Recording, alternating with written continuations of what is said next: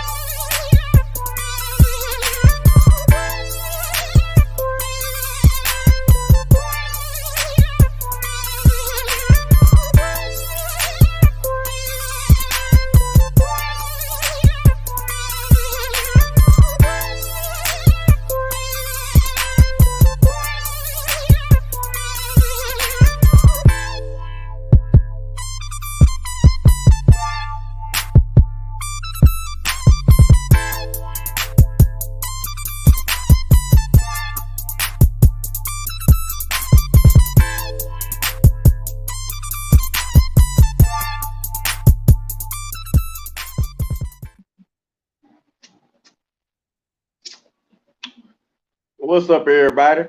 Well. As I'm being served my breakfast, we are here to serve you some sports knowledge today. Episode 186. And what are we serving today in the sports world? Well, justice has been served finally in America. Well, maybe. And just how much? We're going to talk about that. Lord have mercy. Let's see. The NFL draft still serving us a bunch of speculation. Nothing solid, just nothing but speculation. The NBA world is still in full effect, getting close to crunch time in the playoffs. The Nets or the Lakers are the favorite, but are they serving us a bunch of BS, or are they really the favorites? The Braves and the Hawks report, of course. Episode 186. I'm not wasting any more time. Let's get at you right now. Red, Rev, and the coach serving you your daily, your weekend sports dessert. Episode 186. Let's get it started. What's going on, everybody? Welcome to another episode of the Red and Rev Sports Show featuring Coach Patrick Thomas. We're coming to you live from the ATL Shawty. Giving you real sports talk because we are real sports fans who are real sports athletes who have what? Real sports knowledge. So come on in, hang out with your boys, Red, Rev, and the coach for episode 186. And as is our sports custom, we're coming to Coach Patrick Thomas to give us something or someone related to the number 186. What you got for us, Coach? All right. It's episode 186. Good morning, everybody, on this rainy Saturday morning. My 86 goes to a man who's right here in Georgia. Matter of fact, played ball at Forest Park, Georgia. He is the number one all-time receiving yards for my Pittsburgh Steelers. None other than Hines Ward, number 86. Pittsburgh Steelers. Hines Ward, number one receiving yards. Yeah, it had to be a Steelers, didn't it? Had to be some Steelers related. Yes, sir. Right here. When we get to the 190s, nothing, no Steelers. I want to see you work a little bit. No Steelers. No Steelers. No Steeler. Not one Steeler reference in the 90s. Because we're gonna get all the linemen when we get to the 90s. So I already know how that's gonna work. So you banned from any Steelers in the 90s, Coach. So you got 4 more weeks to get all your Steelers stuff out. But when we get to the 90s, no Steelers stuff. But Hines Ward, Forest Park, Georgia's own, went to Forest Park High School, was a stud quarterback for Forest Park, and then went to UGA, and they changed his position to wide receiver. Had a wonderful career. Some folks say it may have been Hall of Fame worthy career in the NFL. That is to be determined, and we'll see what happens. But nevertheless, how you gentlemen doing? Good. Just fine, good. That's all we got. Happy. Rainy day in it. All right, man. Yes, it is rainy. I had to take a quick pit stop to Walmart, and that rain definitely is coming on down. I'm glad I got back in yesterday from Chicago than today, because no telling when I would have been able to get in with all that rain, because with Atlanta being the epicenter for travel on flights, I don't know if my flight would have come in anytime today, or there have been so many delays. But nevertheless, thankful to come back safely from Chicago. Had a great time, and glad to be with my fellas on the Red and Rev Sports Show here in the ATL Shawty. And I got to do this before we start this show. They showed up and showed out last week real strong. Let's welcome the Reverend Knights. The Reverend Knights of the Reverend Red Sports Show. Man, they were on fire last week. Reverend Knight Nation stood up. Vincent Woodruff, Thomas Holcomb, Chris Traylor, Kelly Nicole. Kelly even brought her sister to the party. Amani dropped in a little bit. So we got to move it forward. All right. Let's see what we got in Reverend Knight Nation. Good morning, Chris. Miss L. Yvonne Williams, glad to have you. Coming to you from the High Museum in Atlanta. All right, Shelby. I mean, that's what she calling her living room these days. Oh. Here we go. Good morning to you, Sister Harris. Shelby, UGA Grace. I knew she would be all over Coach's choice for today. Good morning, Armani Newsome. Shelby said, y'all a little lackluster today. We're missing you. We can't wait for you to get back next week. Maybe that's that Shelby missing you, isn't you, that you see. Real, speak for yourself, man. Red getting better with these intros every week, Coach, giving us people we actually know. It's going to be a good show. And here he is. Oh, Thomas Holcomb. Good morning, Jim. Can't stay too long. Celebrate my wedding anniversary. Give it up to Thomas. 16 years, man. That's what's up. Happy anniversary to you and the missus. I did happen upon the polar bear, penguin, and possum per kilo parasailing parade here in Panama City. You better work those P's, brother. That's great alliteration. Enjoy Panama City. Enjoy your anniversary. Thank you for pausing just for a moment to hang out with your boys on the Red and Red Sports Show. Yeah, especially in the morning time. We appreciate that pause, Thomas. What's up, Vincent Woodruff? Big Woodyard has made an appearance. Yeah, Big Woodyard. your first appearance this season. Big Woodyard. What's up, brother? And thank you, Vince, for showing Thomas Holcomb some anniversary love.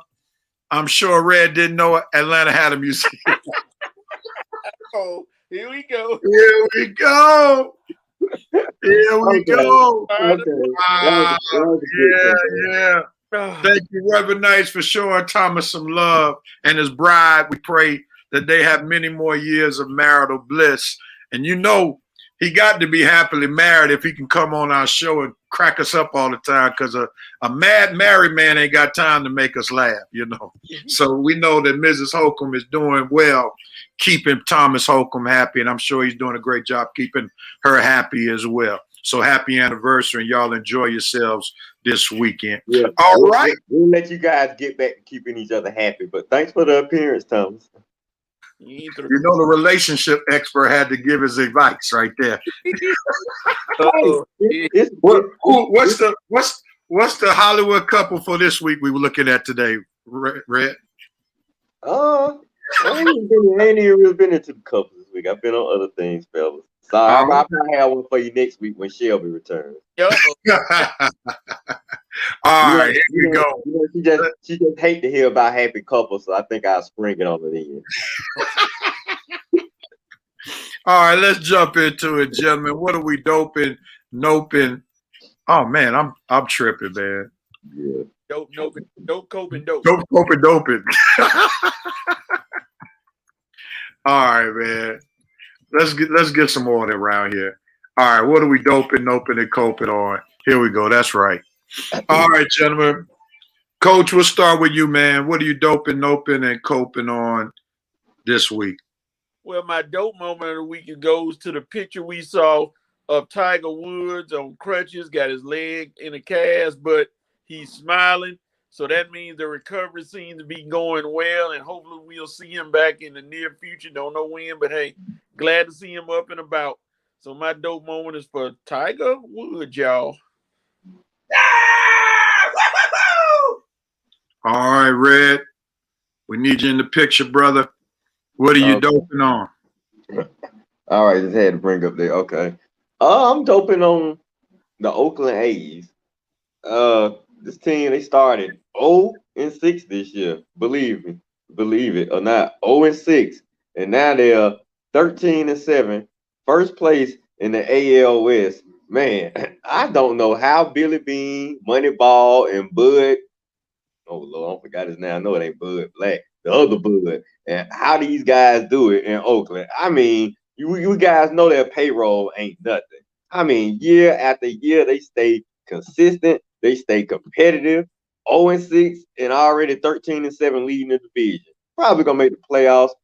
Dope to Billy Bean and Moneyball. Whatever you're doing, it's working, Billy. You got this team competitive every year. So dope to the Oakland A's. Winning. Probably need a sequel to Moneyball. So you keep winning, man. All right, I'm not happy with this dope moment, but I got to give him his props. I'm doping on Jacob deGrom. Third straight game, 14 strikeouts or better. Pitched a shutout. Also had 2 hits on yesterday. The dude has definitely established himself as the best pitcher in baseball. He is a beast. He's been beasting for some years now, but now the Mets are giving him some runs to work with, which is making him be even more of a beast. So Even though I'm no longer a Mets fan, for that was my team when I lived in New York in the 1980s, back when they won the World Series in 1986. I'm now on board with the Atlanta Braves, but I got to show Jacob deGrom some love for throwing 3 straight games, striking out 14 people plus. My goodness, my goodness, my goodness. Excellent. Absolutely excellent. That's a bad man. I'm surprised we both had baseball dopes. Well, I tried to fight it, man. I tried to fight it, but I couldn't fight it, man. You got to give the man his props. All right, Brad, it's on you. What are you noping on? Oh, we go back to my note page. What am I noping on this week? Sorry, you guys. I'm noping on one Kevin Durant. Okay, dude. First of all, you leave Russell Westbrook off your top 5 teammates and you claim you didn't do it on purpose, but we all know you did. Then you gonna like some tweet that happened to bash Steph Curry, your former teammate. Dude, I just don't get you, man. It's like you do stuff constantly to continue to have folks criticize you. I don't know if you know what you're doing. I don't know if you have a mental problem. I don't know if you have a problem with yourself. I don't know if it's all 3. But dude, you need help, Kevin Durant. You need help. Nope to you. Nope to your Nets. And nope to everything you stand for, dude. You got issues, dude. You have issues, Kevin Durant. I'm done. Coward. No! No! No! All right. I'm struggling with my nope moment, but I'm noping on the fact that the NBA season is not going to have a wonderful finish to it, the regular season. Once again, all of the injuries. We are not seeing the top ball players play down the stretch, and therefore I'm noping on the fact that we will not have a wonderful finish. It seems like they are just coasting, just trying to get to the playoffs, and they're cool with whatever seed that they get. And it's almost as if the NBA players are saying, you all started the season early and earlier than what was expected. So now we're going to get our time back one way or another. You got Harden and Durant not playing. You got Ben Simmons and Philadelphia not playing. You still got LeBron not playing. And I know the way he getting up and down, I don't think that high ankle sprain is hurting him that much anymore, but I think he's resting. So I'm noping on the fact that we're not going to have a great end to the regular season because these guys are coasting and just taking vacations and resting until the playoffs. And I don't know if that's going to bode well to have a good playoff this year because there's going to be a lot of rust being shown. But nevertheless, we got to move on. And that's my note moment. All right. The last healthy team standing. What'd you say, Rhett? I said the last healthy team standing probably gonna win it all. Yeah, I saw that on your post. That was a good observation. Go ahead, Coach. What are you noping on? Well, unfortunately, my note moment goes to one Terence Clark, the Kentucky basketball player who lost his life over a seemingly, and I hate to say it, foolish activity, speeding and running a red light, and tragically. My fault. Yeah, it's kind of sad for a young person to lose a life like that, but such life of unfortunate. So my note moment is for young Mr. Terence Clark. God bless you. Rest in peace. But his life. Now, Coach, what's the nope on that, sir? That sounds more like a cope. It's more of a note because nope meaning that they didn't have to. No one should have to lose their life like that. Basically. Oh, okay. Maybe I thought he meant like nope, he should have been driving that fast or running through the red light. Red light or something like that. Yeah. Something like a participating activity like that. But yeah, I think Coach was trying to jump the gun because he knew I was about to cope with that. Oh, I didn't. Yeah. But nevertheless, man, I'm Coach trying to steal your coat. Yeah, because I'm trying to figure out what direction it is, but I'll take it another angle. I'm coping on the fact that Scottie Pippen lost his son. Oh yeah. And we want to pray for him and his family. Pippen's oldest son by his first wife lost his life. He had extreme asthma. Oh, not the guy. Is that the guy that was Let me finish. sorry, real sorry. This rain done messed us up this morning, boy. I tell you. But yeah, coping on the fact that Scottie Pippen lost his son, and we want to pray for Scottie Pippen as well as the mother of his son, who went home to be with the Lord. All right, go ahead, Red. No, I was asking, was this the Scottie Pippen that son that entered the draft that was going to come out of college? No. Scotty got a rack of children. Oh, yeah. He got subsets, you know. Okay. All right. Well, yeah. Condolences to the Pippen. This is his oldest who passed away. Okay, I didn't hear about that. Not the one who played for Vanderbilt. Okay. All right. Gotcha. Sorry. All right. Coach, what are you coping on? I'm coping on the fact that your team, the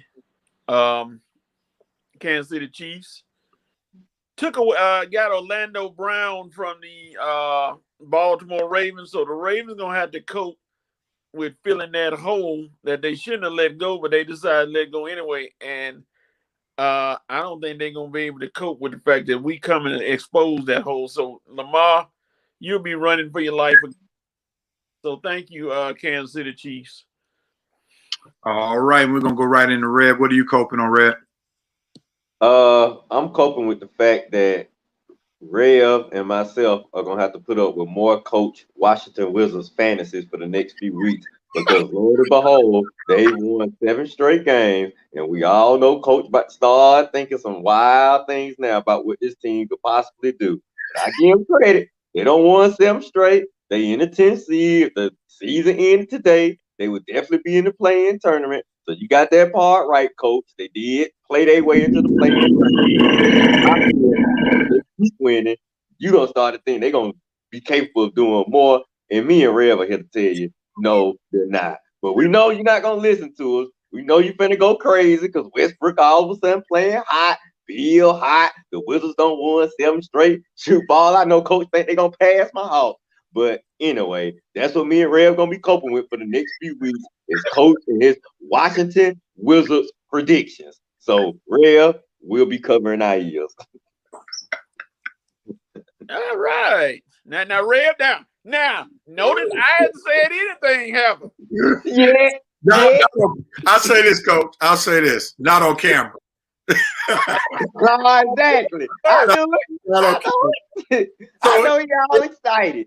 It's interesting that you bring that up, Red, because coaches say something, start laughing when we talk out off the show, and he's like, "Yeah, the Wizards, you gonna take them serious? You gonna take them seriously?" So then he said, "I'm not gonna say anything about the Wizards on the show because I don't want to jinx them." That's what he told me.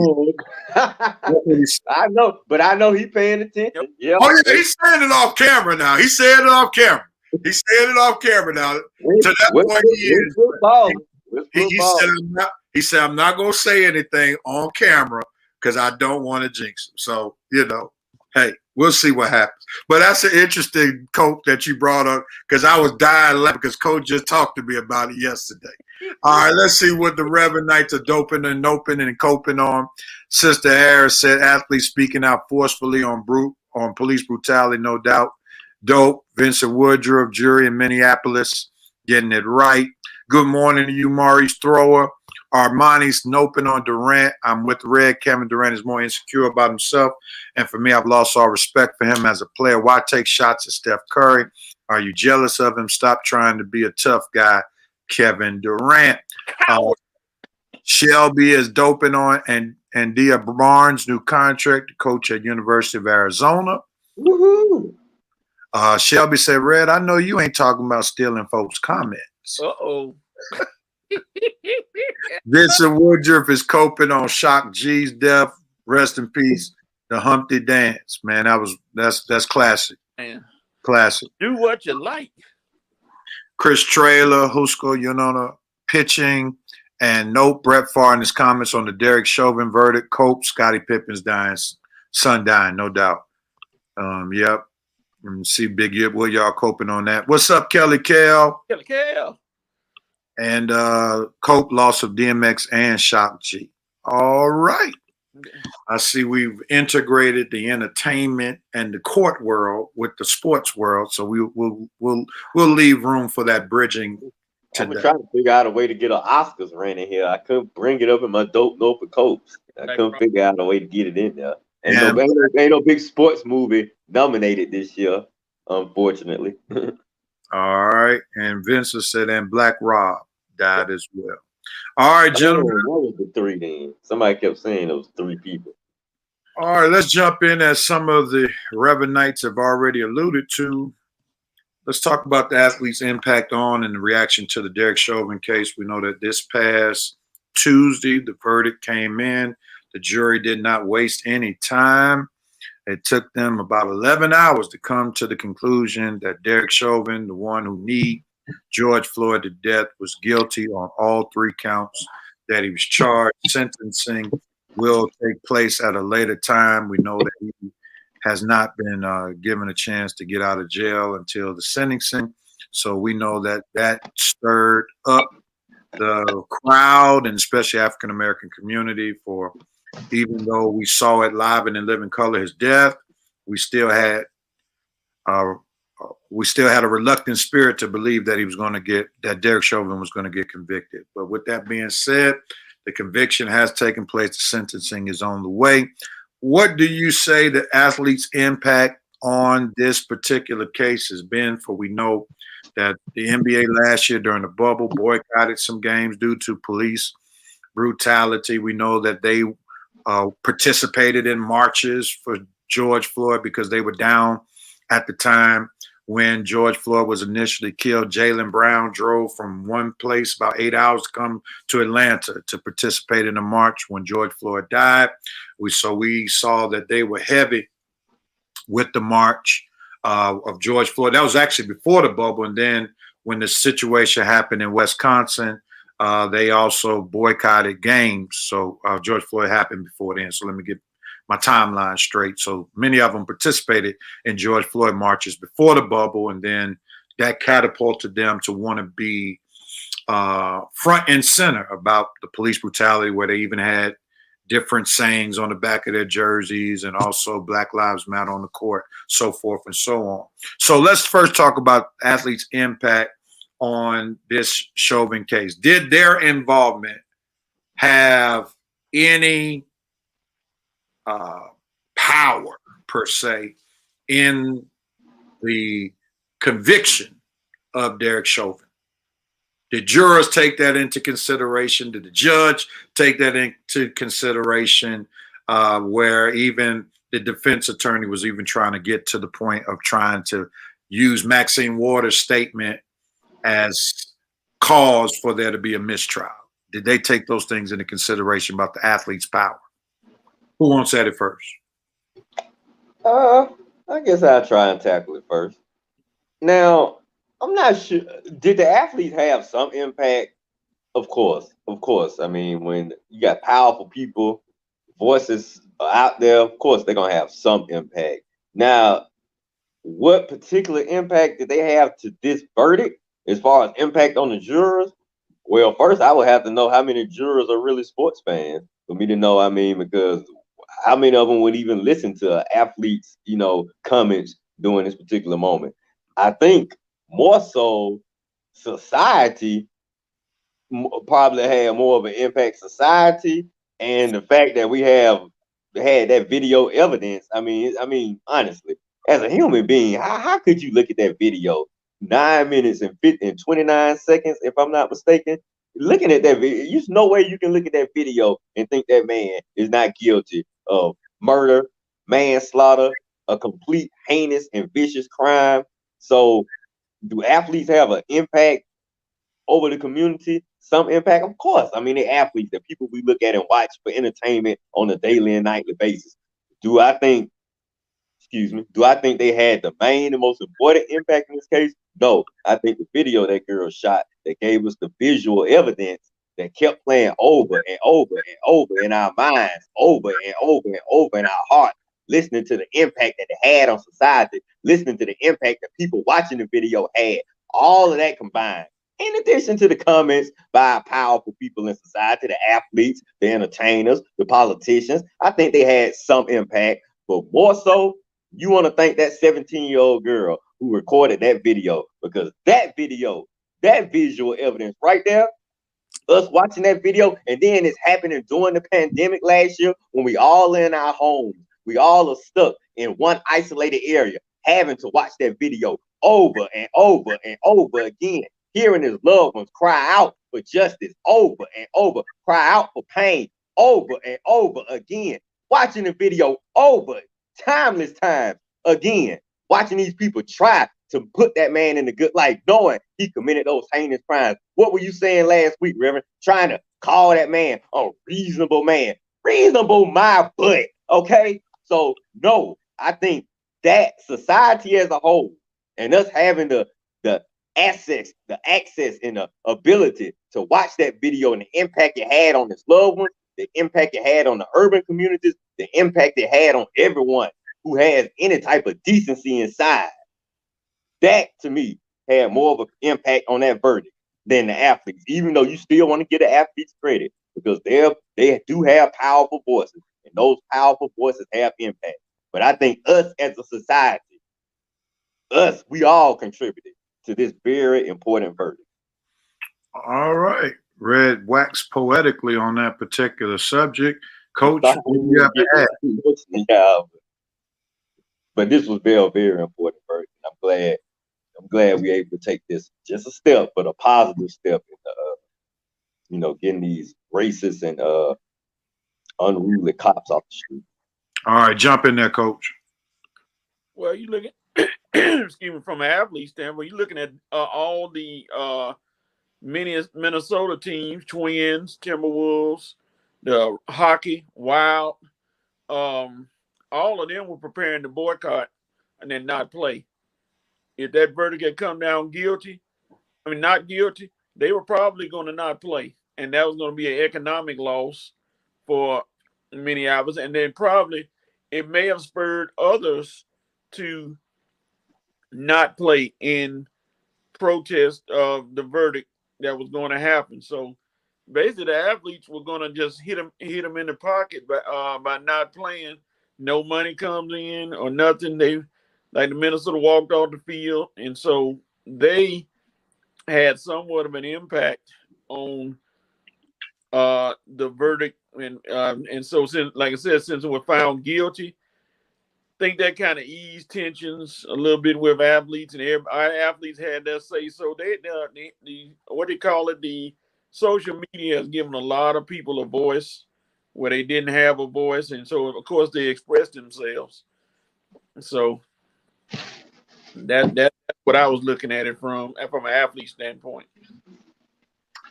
I think most definitely the society or society's impact had the most impact, while I would say that athletes being involved helped the numbers for society being involved. I mean, it's very empowering when you're seeing your black athletes who are millionaires walking with common people in the streets. So that has to resonate in some form or some fashion. I think that's why the movement back in the day was so powerful, because you had the likes of Jim Brown, Lou Alcindor, who's now Kareem Abdul-Jabbar, and other athletes who would take it, Muhammad Ali, of course, who would take a stand and protest on very prominent issues that dealt with race. And to see these athletes in the 21st century use their platforms, using Twitter like LeBron, using Facebook, and also just actually being present in the moment, definitely impacted in some form or some fashion. And I think also, let's not get it twisted. Even though I believe that these cities would have burned, and I was mighty afraid because the verdict actually came down while I was in the air heading to Chicago. And that was the last thing that I needed for them to have called a mistrial or a not guilty verdict, and I'm in the midst of this getting off a plane at O'Hare, even though that's not where a lot of the violence takes place in Chicago. But I don't want to be traveling through Chicago trying to get to my hotel when something of that nature is happening, because every major city would have definitely been up in flames. But I want to say also, I think that some of these owners had an influence too, because they knew the financial hit that would take place if that verdict came a different way. So I wouldn't be surprised if there were some messages that got to that judge to say, look, don't do nothing stupid. Don't try to declare mistrial, because this is going to hurt us in the pockets, because I believe there wouldn't have been any games played in any sport, especially NBA and MLB, had there been a not guilty verdict. So indeed, I think the woke nature of our people right now, and I could put it in quotes, the woke nature of our people definitely had more of a bearing than the athletes, but I would say the athletes had some bearing on it as well. Red, you would be happy to know this, that you broke some ground on today. Big Woodyard said, I can't believe this. I agree with Red. The world is coming to an end. Y'all, don't worry, dude. Football season coming up. We'll be back on opposite sides real soon, buddy. All right, and then Chris Traylor, Red got the Revenites becoming the Redenites right about now. He waxed so poetically. I agree with Red. The main impact is that sports owners no longer want athletes being activists too much. The reason the All-Star game was moved because bigotry gets in the way of owners' money. Sister Harris says, unfortunately, we took one step forward, 3 steps back with 3 police killings following the Chauvin verdict. This jury had one of the most important cases of all times in their hands. The evidence was overwhelming. They knew they had to get this one right. Kelly, the defense team didn't give solid. Okay, that's going to let them go back and forth with that. Yeah, I'm not. They can have that discussion on that. But indeed, we ought to be excited. I will say this, and this may be a little bit maybe contrary to some people's thoughts. I think as we move forward, we have to be careful of trying to put all police brutality cases against Black people in the same vein. I think the George Floyd most definitely was very egregious. I think there's actual debate in terms of the situation that happened in Columbus, Ohio. Do I think she should have been shot 4 times? No. Nope. While at the same time, 4 times. Could you get mad if she got shot in the leg since she had a knife? Nah. I mean, so, I'm $1 if she's still alive. Yeah, she should be alive. I think she should be alive, But I would, George Floyd, he could not do anything after being on the ground. He was apprehended to the point where he couldn't defend himself. So he was no threat. So that's why that one was so egregious, why they had to get that one right. And again, as you made mention too, the real MVP is the young lady, Sister Frazier, who showed up and showed out, had the mindset to film it, because that's the greatest film for Black people of all time, because it got some white folk to really come to grips with the fact that Black people are not treated the same way by law enforcement as white people. Because just imagine if Chauvin had been Black and George Floyd had been white. Chauvin would be dead. Exactly. It wouldn't even been a case, because Chauvin would have been dead.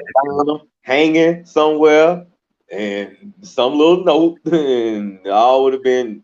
Trust me, like I say, it's amazing what they can do when the shoe's on the other foot. No doubt about it. Alexis Hill says, I think athletes have been impacted by bringing more attention to social justice causes overall, and it's here to stay. I totally believe that. And I'm sure many of the old school civil rights saints and part of the baby boomer generation, they are elated for how the athletes are stepping up and speaking out. Last comment. It's grown men that are apprehended alive with assault rifles so they can apprehend a 15-year-old girl with a knife without killing her. I agree with that.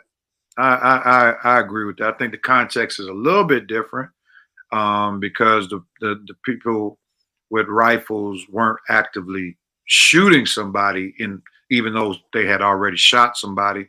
And again, if it had been a black person with a rifle walking down the street or looking like they were going to shoot somebody, they would have been dead, no doubt about it. And somehow, the white folks still live, even if they're sitting on the corner or walking down the street with a rifle. So we definitely see the discrepancy in that, while at the same time, the girl was in the process of possibly using the knife. So that's another story for another day. Didn't they see Lean on Me? Right. You're talking about when Joe Clark did that thing with the knife? He disarmed her without using a gun. He disarmed the dude. Come on now. He could have got that.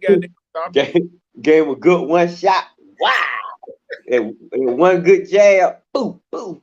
Man got beat up by a principal. Yeah. I mean, there are a lot of different things that could have happened. His street cred would be over with. Dude, you got your butt kicked by Joe Clark. Get out of here. Street cred done. Yeah, but let's remember.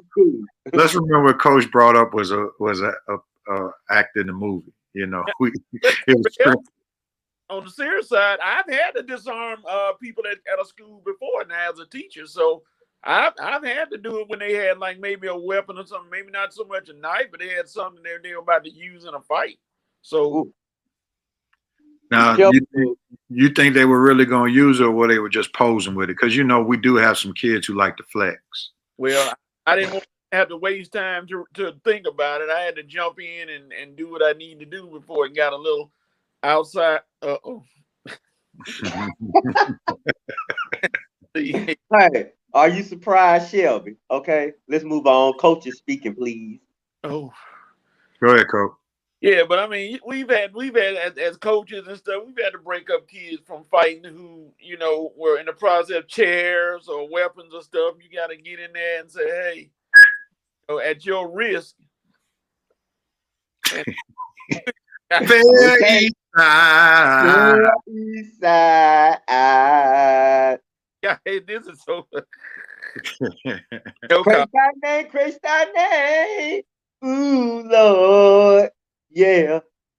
For what? Kelly, Coach was alluding to that. Now, I would say most teachers are not packing, right? So, so it's a different context to a degree. I know possibly some teachers, if they had a weapon, might have reacted with a weapon. But, it's easier to talk down students and, approach it a different way when you don't have access to a weapon. I'm not in any way giving a pass to the officer. Definitely she should not have been killed. Right. That's it. She should not have been killed. Yeah. No way. We agree 100% on that. I don't care what nobody say. She should be alive. Yeah. Shelby. Oh, May 1st ain't gonna get here fast enough, Lord. Oh man, it's gonna be beautiful next week. Well, to answer your question, Shelby, yeah, I do, and so does Rhea. Okay, Rhea. Well, I just know the first part. Yeah, come on, I haven't watched Lean on Me in like 7 years. Once we start singing it when they're in the restroom, the memories will flow back. You'll start singing it. Yeah, I think that rendition in the restroom is one of the dopest renditions of Almada. One of film classic scenes, especially in Black Hollywood. Ever. I mean, when I heard that for the first time, and I'm a music person, my mother was a great musician, first African-American to a voice scholarship to the University of Kentucky. My late sister was a great musician, she was a singer at Spelman, was the student director of the Glee Club, got a master's and doctorate right before she died. So I'm a musical guy. And when I heard that, man, that rendition of Fair East Side in the bathroom with them fellas, even though we know Sam's was lip syncing. Yeah. Sam wasn't even part of the group. He was just in there with them. And But that Rev, pro music teacher, Lord have mercy. I I'm will showing say one thing, Rev. Joker. If y'all don't know about Rev's background, tune in at 9:30 on Sundays for the Acts of Faith worship. Man, well, that's a great plug, Coach. I would have done that myself. I appreciate the plug. Hey, I Rev, appreciate you the plug. paying close to free advertisement? Y'all trying to start an advertisement company over here? Hey, that was from Coach. He been blessed by the ministry. I can't help it. The fire would just shut up in his bones to put that little plug out there.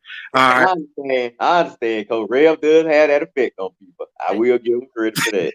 Look at Shelby. She said she's gonna be Peterette in the classroom. You know how Peter cut people in the Bible. Shelby said, if I were in the classroom, I would have been Peterette. I would have had my switchblade. Like, Oh Lord, we're gonna see Shelby on the 6 o'clock news in handcuffs. but you gonna be like Samuel Jackson? Oh, yeah. Look at Shelby. Look at the love, Shelby. I appreciate it. Look at the love, man. They plugging all my social media stuff today. Look at Shelby. I appreciate you, Shelby. Appreciate you. Shelby and Red sitting in the that tree branch gonna break. Boy, if Shelby were here and saw that comment, oh, Chris, she would let you have it vocally. Yeah. She probably blame me for you saying it. Sister Harrison, your amen called about 9:30 a.m. And I'm sure you would show Shelby some love about Eminem prayer. All right, let's move on. We talked a little bit about Chauvin stabbing him. We're going to keep it clean. Handcuffs on the 6 o'clock news.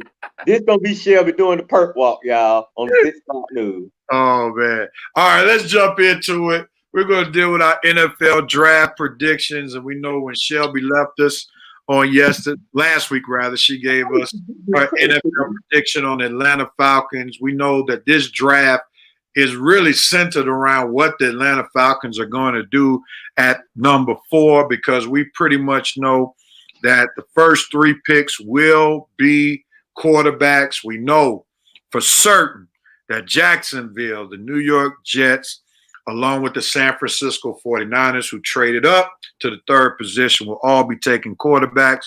There's debate that the Falcons need to take a quarterback, but then that debate is lessened by others because they just extended some way and somehow Matt Ryan's contract, which will be on the books for the next 3 years as opposed to the next 2 years. So Shelby made her pitch that the Falcons at number 4 need a quarterback, and it's time to look into the future, even though she loves Matty Ice, unlike the 2 other Falcons fans that are on this panel. She said that the Falcons need to take a quarterback. So with that being said, let's start this draft prediction segment with the Atlanta Falcons, because we know, like Tupac would say, all eyes are on the Atlanta Falcons at number 4. If they take the pick, let's start there first. Matter of fact, I'm going to give you an option. Do they stay at 4? And if they do stay at 4, who's the pick? Or do they trade the pick to drop down? And then if they drop down in the draft after trading pick number 4, who are they picking? So, Red, we'll start with you since you're the biggest Falcons fan on the panel. What you got? Well, I got to give the Falcons credit. Like I told you guys earlier, they are keeping so much close to the vest on this. I mean, usually I would pretty much know where the Falcons were going, especially drafting this high with all of these available guys that'll probably be available to them. But, man, I mean, because you got so many directions. You're trying to win now, you can take Kyle Pitts and add him to Julio and Ridley and try to get 2006 offense cracking again, or at least another style of it. Or are we done with Matt Ryan and we're ready to move on to the future right now? And we know this is the best crop of quarterback that's probably coming out in the next 2 or 3 years. So if you need a quarterback, you probably want to take one now. If that's what they're feeling, then they probably will take Fields or Lance, whoever's available. They're not taking Mac Jones, I can promise you that. If the 49ers take Fields, which I'm predicting they probably will, because I think he's their guy, then the Falcons will probably take their whole 13 or however many minutes they have going back and forth, lands of pits. They say coach and the GM on the same page. Well, we gonna see Thursday night, because if they take their whole 13 minutes deciding, we'll know that they had some serious discussions to be had and they were not on the same page. If that pick go up there right away, then we'll know they was on the same page and they knew who they guy was right away and they identified them and they took them. So, like I say, this all gonna come down to draft day. They ain't really gonna have Falcon fans all over the town watching the draft to see what happened. Because honestly, we just don't know. We got a clue, but in reality, we just don't know. Are they trying to win now with Pitts, or are they trying to build for the future with Fields or Lance? I agree. We all know me and Rev are ready to move on from the Matt Ryan era. But with the silly decision to restructure the contract, the cap hit would be enormous if we decide to trade or cut him in the next year or two. But are they willing to take that hit just to move on from him? Some teams have in the past. Are the Falcons willing to do it in the future? That's the question. Yeah, thank you for using the right word that I did not use. I used extended, and you said restructuring. That was the right word to use when it came to Matt Ryan's contract. Also, you mentioned Justin Fields, and Shelby raises the question that we talked about before we came on the air. Does Justin Fields drop because of the epilepsy? So, with that being said, Coach, you're shaking your head. So roll with it. Why are you shaking your head saying no? I mean, do they, anybody of those people that say that brought that out, do they have evidence of that stopping him from running 50 yards for a touchdown? Do they have evidence of that stopping his game from being where it is? Does this epilepsy affect him on the field where he would not be a top 3 pick? I don't see any evidence to show that. He's performed all year. He had Ohio State has been great every year because of Fields, and he's not showing it on the field. So I don't know, the person that leaked that, I hope you feel good, but I don't see that stopping him from being a great performing quarterback in the draft and going in the top 3 or 4. It's not going to affect him at all. I'm sure he has managed to be able to control it. So that's not going to affect his draft status. If it does, then somebody at the somebody at the bottom of the list, like mid-round, is going to get a bonus play in Fields if they allow that to let him drop. Somebody's going to get a gem in Justin Fields. Oh, my goodness. They on you, Red, saying that was the longest I don't know statement. And you know who was the first one to call you out on it? It was your best friend. I think, somebody, they actually more funny when they not on the show than when they actually on the show. Maybe they need to stay off the show more often. Oh, man. Next week, we're not going to get this brand of comedy. We're going to get the cheap Family Dollar version of Shelby comedy. Nah, Shelby, I want the comedy club version. Come on. Give me some of that Eddie Murphy and Richard Pryor next week on the show. All right, Red, just to set the record straight, what are the Falcons going to do? They want a definitive statement from you. They don't want you dancing. So what's the definitive? I'm leaning toward not Shelby, because she ain't the first person I heard her say this. But I'm leaning toward them go ahead and looking toward the future. They're going to go ahead and get their quarterback. And it will be? Huh? And it will be? Trey Lance. And why? Because Fields would have been already taken by the Niners. Now, if the Niners take Mac Jones, then the Fields is the guy for the Falcons. Epilepsy or no epilepsy. Hey, you know what? I'll take Cub Food. This boy is better than Family Dollar. No, Cub Food's out of business, bro. Cub Food's out of business, bro. Family Dollar gonna be Oh, okay. You can't find a Cub Foods nowhere in this nation, brother. That's because they got customers like Shelby, right? Bad checks. Man, they because you remember they opened the Cub Foods over there at Greenbrier Mall, man. That thing lasted about 2 years, man. It was gone.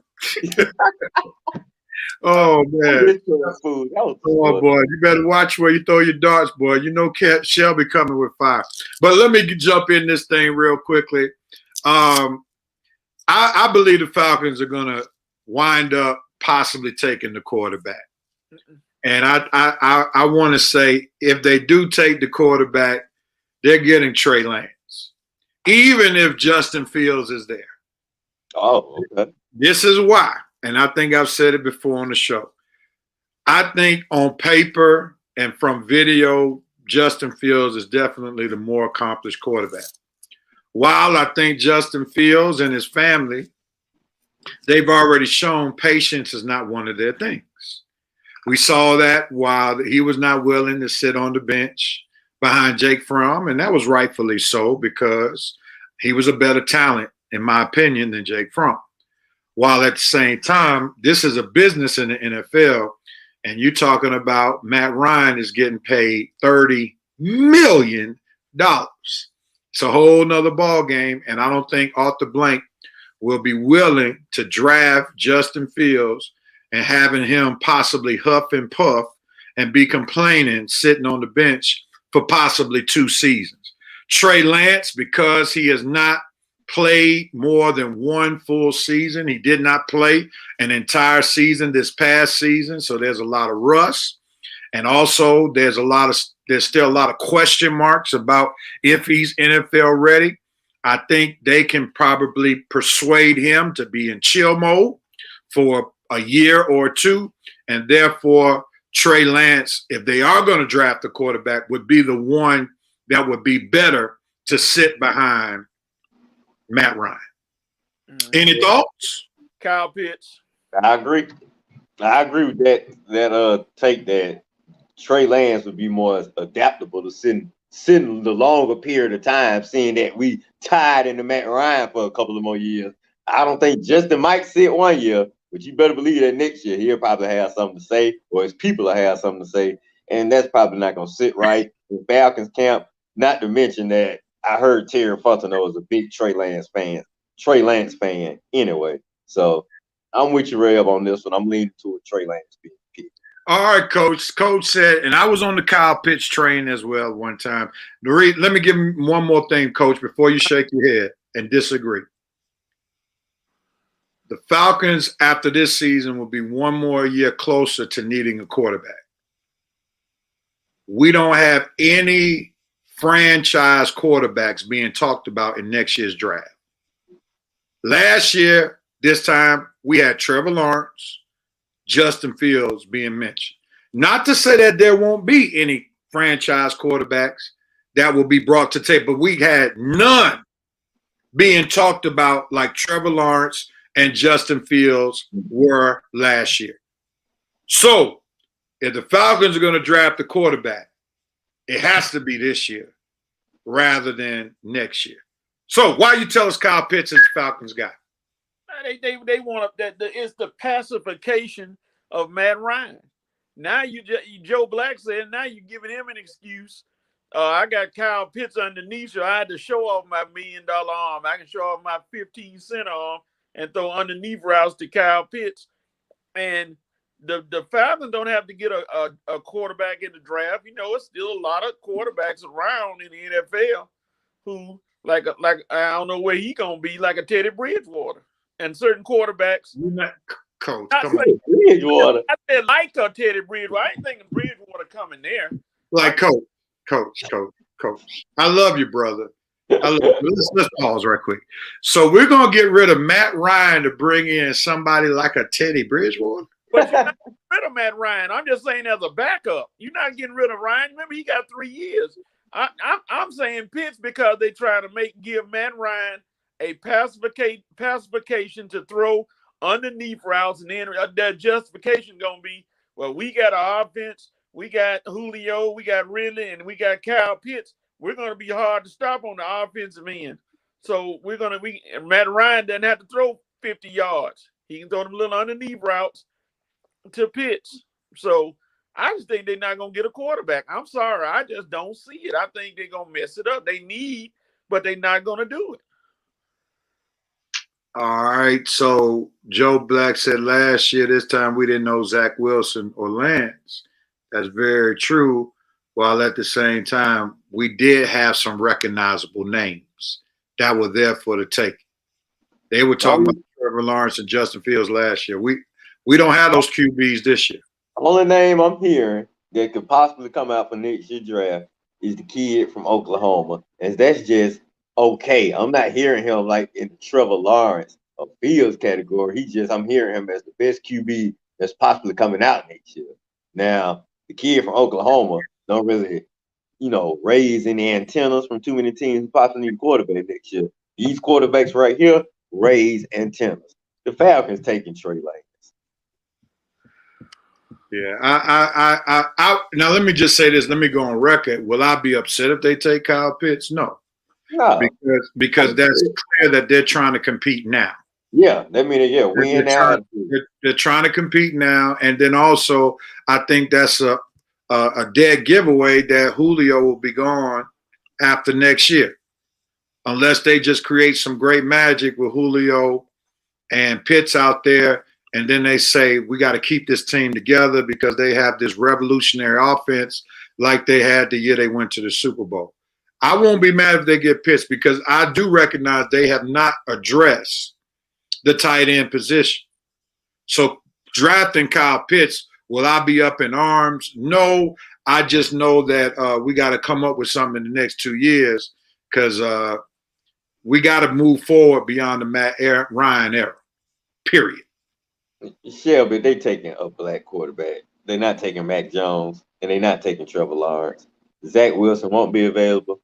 If they take a quarterback, it's going to be a black quarterback, Shelby. So you're wrong on this one. Not surprised, though. Shelby says, bye, Julio. I'm okay with that. And that's Sam Howell for UNC. Dante, dude, you watch too much Carolina football, okay? Nobody thinking about that kid. UNC. Now, if you trying to put him in the Lawrence or Fields category, sorry.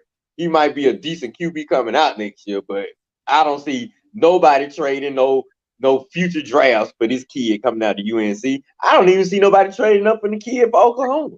They just gonna be the best quarterbacks available next year, but they ain't no Lawrence or Fields. I don't see anybody saying they're franchise changers. So I'm sorry. Maybe we'll feel different in a year or two, but right now, no way. Said Jamie Newman is the backup QB. He'll be playing in the Arena League. Well, I haven't heard his name on anybody draft board at all. I forgot he even was in a draft coming up. Dante said he didn't put him on the tier of Lawrence or Fields. All right, Armani has gone on and on and on about let's blow it up, and I think we were on that. Clarence Hampton, what's up, captain of the ship, talking about the Falcons will not draft. They will draft a mixed quarterback. Trey Lance is mixed, so he's technically black. Yeah. So I think they would, do I think they'll draft a black quarterback who came from 2 black parents? No, but I will say they will draft somebody whose mother's white and their father's black. Yeah. Okay. We got the next Pat Mahomes. That's Pat Mahomes' story then. Okay. Exactly. I'm really on Trey Lance now. They'll trust him. All right, real quickly, we already talked about the blow it up piece, Armani, but the fact is you can't blow it up because it's too much money tied to the salary cap. If they were going to blow it up, they would have done it this off season, and they would have got rid of Julio. They would have got rid of Matt, but you're talking about 40, 50 million dead cap money, so they can't blow it up. And that's why they restructured Matt Ryan, and now he's going to hit for 3 more years as opposed to 2 more years. They can probably get rid of him after year 2 because the cap hit won't be so great. So that blow it up strategy, it ain't happening.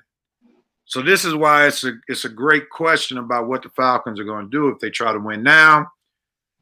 You're getting Kyle Pitts. If you're trying to look for the future, you're getting and groom the future. You're going with Trey Lance. And here's the thing. it's really in the best interest of the new coach to draft a quarterback, because that will give him a pass as long as Matt Ryan is the quarterback. Because everybody's going to say, look, we know we're trash with Matt Ryan. We're expecting to be trash as long as we have Matt Ryan. So we cannot grade this coach until we see him with the new quarterback. So it would really be in the coach's best interest to draft Trey Lance. So keep that in mind, everybody. Meaning he have 2 free years to start. Exactly. And we know that the NFL stands for not for long. As a coach, I'm guaranteed to basically get my full contract in that I signed for if I draft a quarterback with this veterans that's going to be here for at least 2 more years. So just understand that Trey Lance will give this coach more longevity. Now, Clarence Hampton, you do know Trey Lance is black, though. You do know that. You just said he drafted a black quarterback. He is black, you know. All right. Yes, you're right. Yes, Ray. All right. Appreciate you, Amani. Glad I worked on you. Got that change of football heart. All right, let's go, man. Let's move forward on real quickly. We'll let Coach talk about what the Steelers are going to do. Coach, what the Steelers going to do? Running back, offensive lineman. What you got? It lately is becoming a toss-up because they like the center. They don't think Humphrey out of Oklahoma is going to be there. But like I say, and I keep saying it, you look at the backfield for the Steelers right now, you have nothing there that's going to improve your running game. So the obvious choice has got to be Najee Harris if he's available. Now, I've heard the Dolphins may take Harris. In that case, then the Steelers may go line if Najee Harris is gone. I'm sorry. I see what he's saying about Bible study. Yeah, my Bible study's on Thursday. That's funny, Vince. Go ahead, Coach. I'm sorry. Yeah. So if Harris is drafted by the Dolphins earlier, then they may go offensive lineman, the best offensive lineman, draft like a center or somebody, and then come back and get maybe a Etienne or Williams from Carolina or Sermon from Ohio State. It all depends. If Harris is there, they got to get him. There's no way. Looking at their running back, and I saw Stephen A. try to do the push for Harris to want to come to Pittsburgh. I saw he tried to put his plug in. So I say Harris is the obvious choice right now if he's available. All right, 2 quick things, Coach. Who's blocking for him? Well, that's where you build that from the draft. This is an offensive lineman draft. There'll be a lot of good players, linemen, to be picked in the second and third rounds. You got some good guys that you got to. I can't think of the tackle from Clemson. You got several names that are good interior linemen that you can get in the draft in the second and third rounds. All right, Coach. Now, you had one of the worst offensive lines last year. So you meaning to tell me y'all draft second and third round linemen and you're going to have a more potent running attack? Okay. Look at our running attack now. The worst in the league. Our line worst in the league. Right. Running game was. Right. Your running game was terrible last year. So that, hey, you got to improve, start again to get your run in there and build from now. Was it the runner or they couldn't open holes for the runner? Yeah, combination of both. Yeah, so that's what I'm saying. If you go with Harris first, who's blocking for him? I mean, Castro is still there. You got DeCastro. You got Bonner, the young man. But they were there last year and didn't do nothing. No, DeCastro was hurt a lot. Oh, okay. Well, Rev, you saying they should go lineman with first 2 and maybe draft a running back late? I mean, you lose Pouncey, right? How much did Pouncey add to the limited running attack that they had last year? So you have a terrible line when it comes to running the game. You lose Pouncey. You lose Pouncey on top of that. That's your center. So you draft Harris. Where's the line help that's going to open the holes for Harris to do his thing? Let's remember, it's not like Harris is Barry Sanders. Harris did play for one of the best college football teams who has a line. He played for Alabama. Where is Steelers picking again?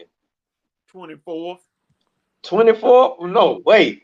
Coach, I can promise you Najee Harris ain't going to be – I don't think he's going to last that long. So y'all probably do need to be looking at a lineman.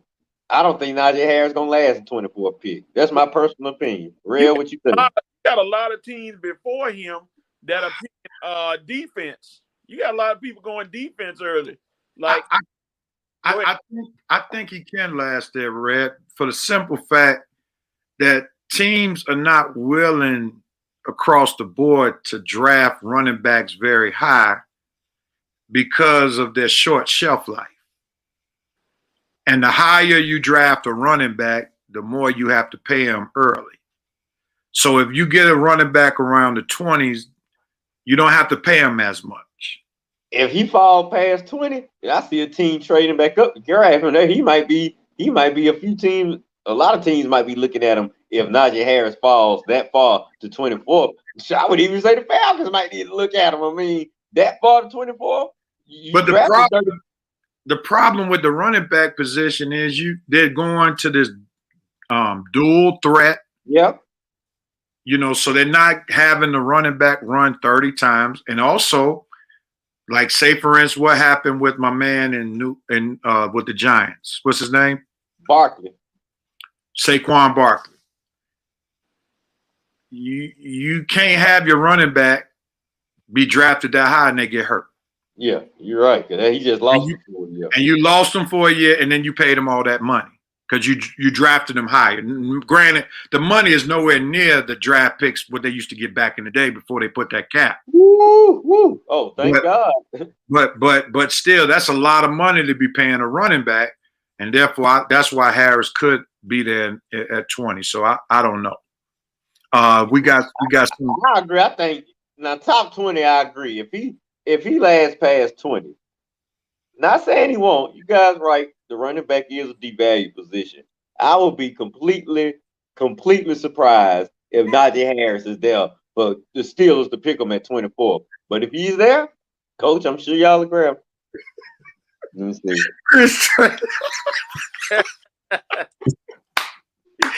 I like Coach's thing because when you last ain't when your running game was that terrible, you gotta choose something. Man, Coach, but you ain't getting that much better with second and third round draft picks, man. That's just the bottom line. Again, I have to remind you that you seem to forget all the time who one of the best teams. What is Miss Yvonne talking about? I get that. I don't know. Maurice Thrower. God, gonna ask, why do you? Oh, they keep talking about trying to get the draft show. They gonna push this draft show on Thursday, Ray. I'll be off work, so y'all let me know now. We'll see what we do, man. We may just come on late right after the draft and just give some initial comments and leave all out. That might need to be the move. No. What you mean, no? When the first round of the draft ends, you know how long they take. It'll be almost 12 o'clock before they finish. Oh, yeah. It'll be 12 o'clock when your team pick. We'll be at 8 o'clock. We can give some initial thoughts. All right, let's see. Armani, I'm coming back to you, Clarence Hampton. He said, I think we can draft Etienne. Do you want Etienne on your team, Red? Man, he got so much wear and tear, man. Dude been in college for 4 years. Yeah, but I can tell you he's not gonna last long in the NFL. So we get him. We better get him and use him right now and try to go on to get that ring. Because I'm saying he ain't gonna last long. Ham, Coach, your boy Ham said you can't stay up that late. You gotta go to sleep. That's why you're talking. Yeah, you know what I'm thinking. Hey, Ham, that's what I was thinking. Like, oh no, I know why Coach need us to hurry up and finish. You know. Oh, Ray, man. we know why Coach don't want to be up that late. The Lord understands the pickle the Falcons are in. The Lord will understand sharing the NFL draft with the Reverend 19 quote script every 5 minutes in between picks. hey, Vincent, knowing the Falcons, we're gonna have to. Okay, man. But check this out. So here it is. I understand what you and Coach are saying, Woodyard. Yes, there are good linemen, but will they be good enough to improve the Pittsburgh Steelers running game ASAP? That's what we're talking about. See, we have now. Granted, we know the Steelers are better at picking personnel and probably coaching up players than the Falcons. That's where I was going. All right, so I understand that. The Falcons picked 2 linemen in the first round. And we ain't seen no evidence of them being first-round draft picks yet. Well, yeah, that one of them. Okay, but we haven't seen them dominate, where the offensive line has just become this juggernaut because we drafted 2 linemen in the first round. So I would dare not believe that I draft 2 linemen in the second and third round, and all of a sudden my running game is just turning all the way around. We're going to go from 30th to 15th. I don't see that happen. But, Coach, if you see that happening, that means you believe that you just got a great coaching staff that could turn them over in like one summer camp.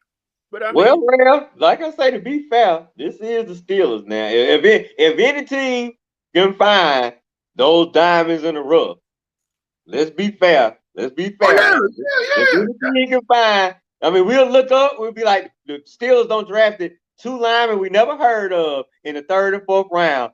Come the season, Steelers running attack, shoot, top 12, top 10 in the league. We'd be like, where did that come from? Oh, man, those guys that the Steelers found late in the round all of a sudden showing up. So, I mean, now it's the Falcons. I ain't got no faith in us picking nobody late to turn around. But the Steelers, the Patriots, teams that are Packers, teams that's consistent, I give Coach, what's your GM name again? Kevin Colbert. I give Kevin Colbert the benefit of the doubt.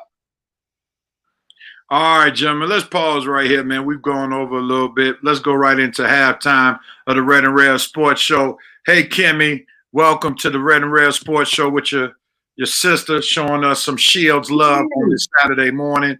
Glad to have the both y'all. It's halftime of the Red and Red Sports Show. We've talked NFL draft predictions. We talked athletes' response to Derek Chauvin, dope, no cope. We got the Braves report coming. We got NBA talk coming. That includes a Hawks report. So stay with us for one more half of the Red and Red Sports Show coming to you in just a moment.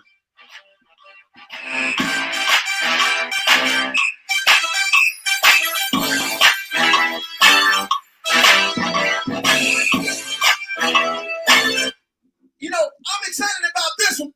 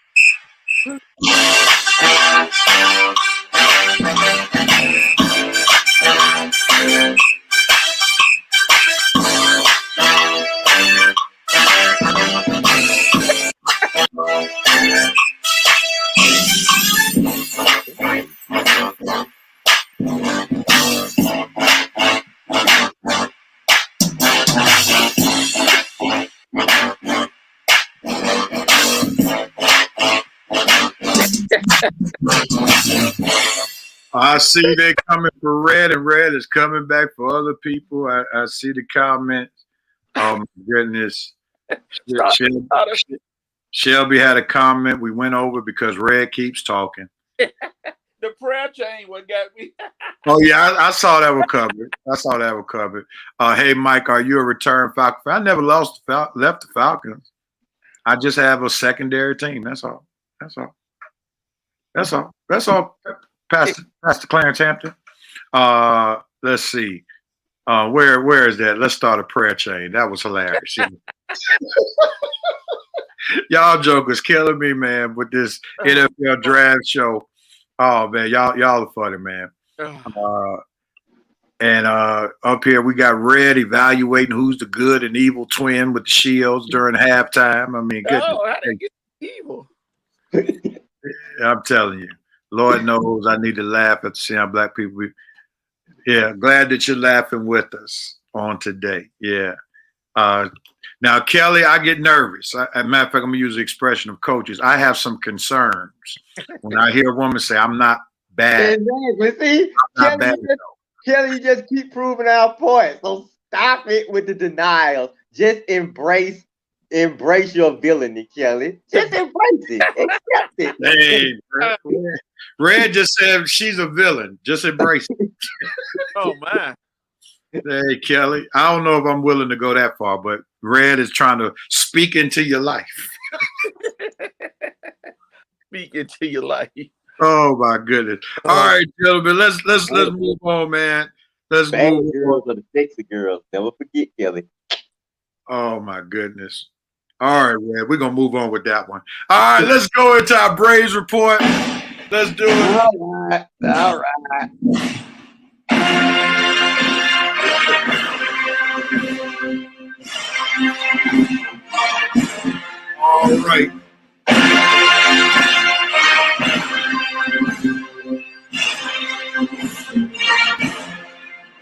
All right, gentlemen, we're going into our Braves report. The Braves, since the last time we met, I believe they've rocked a 4-2 record. I believe since the last time we met, they met last Saturday. They broke their 2-game winning streak. They got stomped on Saturday, but came back and stomped the Cubs the next day at Wrigley Field. So they split with the Cubs 1-1. Then they went to Yankee Stadium and split. No, they went 3-2 as opposed to 4-2. They split with the Yankees 1-1. Then they came back to beat the Arizona Diamondbacks last night to win 3 games out of the last 5. So they're 3-2 since the last time we had our show. What you looking like that, Brett? I thought I was supposed to say all that, real. No. I'm setting you up. Okay. They're 3-2 the past week. So, Red, what are your thoughts about the 3-2 and what do we need to look into as the Braves have come into this week? Okay, I understand now. Good setup for me. Appreciate that, buddy. Well, our pitching is still inconsistent. Still got a few holes in the pitching staff. Bullpen still a little shaky. We got a few injuries in the bullpen. I think Newcomb had to go to the COVID injury list. Will Smith is coming on. He's starting to find his stride. Max Fried on the injured list. Soroka is no telling when he's gonna be back. But now let me talk about some positives. Ian Anderson, his performance in Yankee Stadium this week, pretty good. We definitely needed that. Definitely needed him to go. I think he went almost 6 2/3. Then give up maybe 1 or 2 runs, but anyway, the Braves end up winning that game. Ian Anderson and Noah, they have been saving the pitching staff somewhat. Noah, he went last night. Had besides 2 runs he gave up, he was pretty dominant at the plate too. So the pitching staff with those 2 is still a little inconsistent. Morton's okay. Still need him to be just a bit more dominant. But the pitching, hopefully, the consistency will start to come. The bats, I think the bats are alive, but when you look at the stats will probably tell you different. With the exception of Ron Acuna, most of the batting numbers, the batting averages are really looking ugly. Like you were saying last week, Real, we ain't got the May yet, but we're gonna really start paying attention to him. But we got Freddie, I think, if he's still batting below the Mendoza line. Ozzy, if he's batting at the Mendoza line or just over it. Who else we got? We got Riley coming on. We got Ozuna. So it's just up and down for right now with the bats. Right now, the Braves are just playing average baseball. To sum it up, just playing average baseball. We ain't really took off in one or two categories. Average baseball. Thankfully, nobody in the division has taken off and ran away with the division. So right now, we still in play for the division, still in play for the playoffs. I think we keep playing like we are right now. Things will come around, and hopefully in the next 2 weeks, we'll be in first place. Coach, you got anything to add? Not really. You know, it's still early. And a lot of teams are still, you know, there's some people got streaks, some people are struggling, but it's still early. Once I think the Braves get fully healthy, I think you're going to see them take over first place and hold on to it because other than Jacob deGrom, the Mets have nothing. Phillies, they always get talked about for the first 3 weeks of the season. Then you don't see them anymore except in a meaningless game at the end of the year. The Washington last night. Nationals, they'll be around, but I don't think they're pitching. They losing pitching. So Marlins, nothing. I consider the Marlins because when you have a 30,000 seat stadium and you get 5,000, okay, and it ain't cause of the COVID either. Yeah, like I say, the Braves are lucky that the division ain't really exploded. But some of the Marlins get the best of the Braves sometimes when they play them. They do, and by the fluke this year, they beat them 3 out of 4. This season I'm talking about for the past few seasons. They toward the end of the season they competed with the Braves well. I mean, Braves really spanked them good last year. They got them too far this year. Early on they did, yeah, but toward the end of the season, the Marlins played them better. Don't forget that's the team we dropped 29 on. Yeah, that was early on in the season. Yeah, I'm not denying that, but I'm saying the Marlins took them to the woodshed 3 out of 4 at home this year. Yeah, so, this year they got us so far. We'll be ready for them next time we play them. All right, Shelby says the Nats will be our closest competition. Really, in the last place Nats, and you talk about me in the stats. Why don't you keep up with the standards? Nats in last place, Shelby. Here you go. The standards. Somebody get this girl a newspaper. Sports page, sweetheart. Well, Red, we can't go too far in on because let's remember the difference between first place and last place in the NL East is 2 games. Yeah. So everybody's sandwiched right there together. So you can't really say too much bad about them because everybody's right there hugging each other. I think the Braves' biggest competition will be themselves and the injury list this year. That's what I think is gonna be the Braves' biggest competition. The way these other NL East teams playing, the Braves they're gonna be right there. And if they don't win the NL East, it'll be because of them, not the other teams. That's Shelby's response to you, Red. Rev already beat you to the punch, sweetie. Now. Rev, calm Kimberly and Kelly down. They battling out for the nice twin and everything. Oh, so they brought their twin rivalry to the Red and Rev Sports Show, the Rev Night. Kelly is the one bringing the drama. Kelly and Kimberly, one the twin powers activate. All right, let's take a poll. From what you all have read, who's the evil twin? Who's the good twin? Nah. Kim is the nice one because Kelly is the one getting so fed up. I am the good twin. We can say which twin makes better choices because we seen Kelly don't make good choices with her sports teams. So I'm glad you clarified that, Real. Oh boy.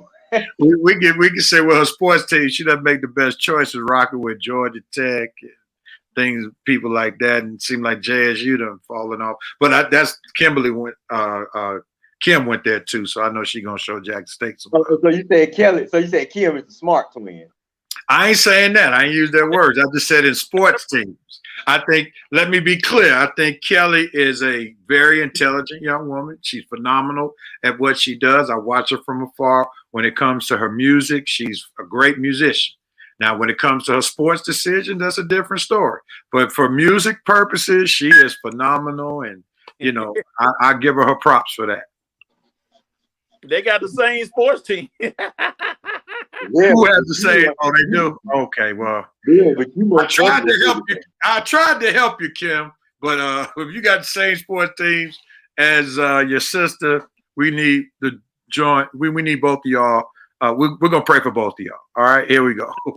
We'll move on. All right, gentlemen. Let's go ahead on and start this action going on right here. Let's talk some basketball, gentlemen.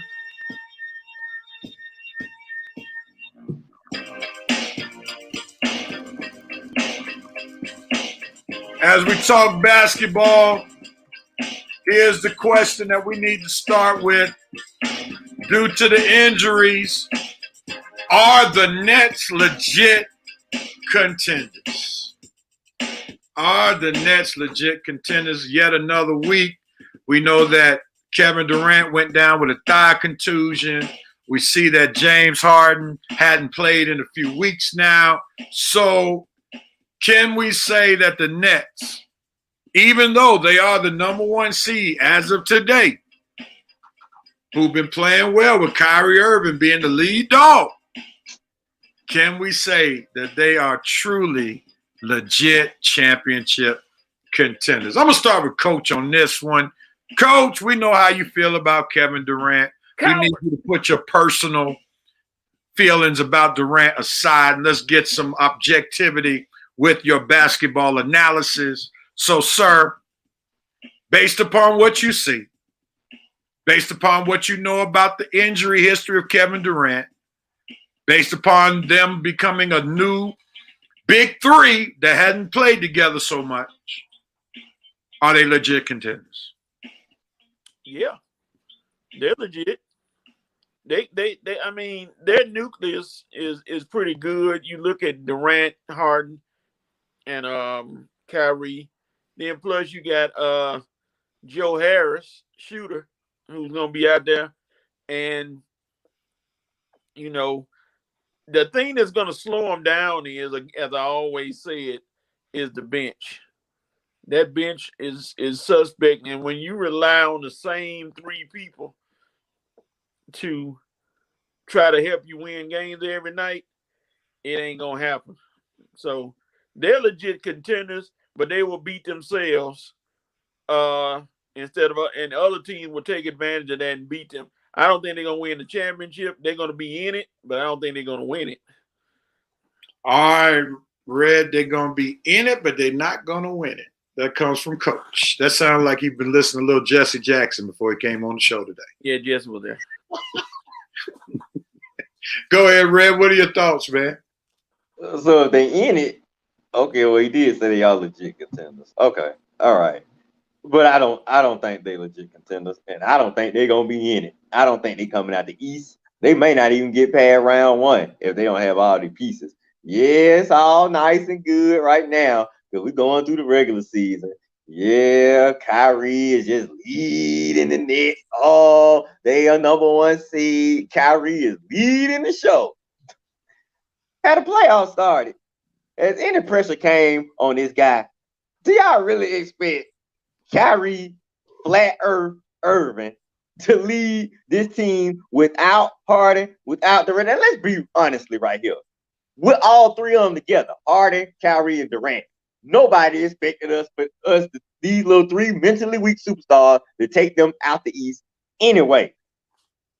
Minus Harden, minus Durant, when playoffs start in a 7-game series, they might get past the first round, depending on who they play, depending if they don't play a team with more heart, depending if they don't play a team with more character, depending if they don't play a team with more toughness, they might get past the first round. But boy, when that pressure comes, if they don't have Durant, if they don't have Harden, Kyrie ain't leading this team nowhere but to the fishing pond, no later than round 2. I believe it now, and I'm going to believe it then. I don't think this team is a contender. I never have thought this team was a contender. I never have said this team coming out the East. And even if they do come out the East, even if they pass by all these choking teams, the Bucks and the Sixers, guess what? They ain't going to beat my Lakers, okay? They ain't going to beat whatever team come out the West. So, no. They aren't legit contenders because I don't think they're going to win championship. I'm going to say this. I'm starting to move towards they're not legit contenders because I'm starting to firmly believe that the Milwaukee Bucks are getting it together. And I think the Milwaukee Bucks will come out the East. And the reason why I'm saying this is this. The Sixers got Ben Simmons, who's supposed to, I guess, be hurt or sitting out. Tobias Harris sitting out. You got the Nets, got Harden sitting out or supposed to be being hurt. Durant is hurt. Out. The Milwaukee Bucks are playing great basketball while the Greek Freak is hurt. They are becoming a team where if they keep playing like they're playing, they won't be as Greek Freak dependent.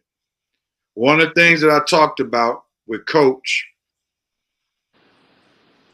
before getting on today's show is the fact that Coach Bud has done something with Chris Middleton. He's actually running plays for Chris Middleton, which is allowing him to get open looks. If you run plays, get him running off picks and so forth and so on, Chris Middleton can be a Reggie Miller type player. Shooter. He's a shooter. He can shoot the ball. Remember now, Red, why you looking like that? Reggie Miller was not a good one-on-one basketball player. Reggie Miller was team dependent. He had to run off so many different picks in order to be able to be who Reggie Miller was. A lot of them. Right. He ran off double, triple screens. And he would be running off screens for almost half of the 24-second shot clock. I don't know how he kept up that energy in most of the game. He was in great shape. Yeah, he was. So if you put Chris Middleton in that vein, you will see how Chris Middleton can be that type of player. I'm not saying he's Reggie Miller. I'm not saying he's as good as Reggie Miller. I'm saying if they run screens for him to give him open looks where he doesn't have to create his own shot. And if he does create his own shot, that's just a bonus. I think the Bucks are definitely in great position because also the sleeper move that they made was PJ Tucker. If you look at the Bucks, they can match the Nets pound for pound on defense. Remember, they have Drew Holiday, who's a great defender. You got Chris Middleton, who's a solid defender. You got PJ Tucker, who's a good defender. Oh, he's big time defender. And then you got Greek Freak who can defend. You got to get healthy. He got to get healthy. So they got 4 people that they can put on their big 3. And the biggest loss, I think, that the Nets are experiencing is going to become LaMarcus Aldridge. Because he could have been that 4th scorer that they need. I'm not going in dependent upon Blake Griffin.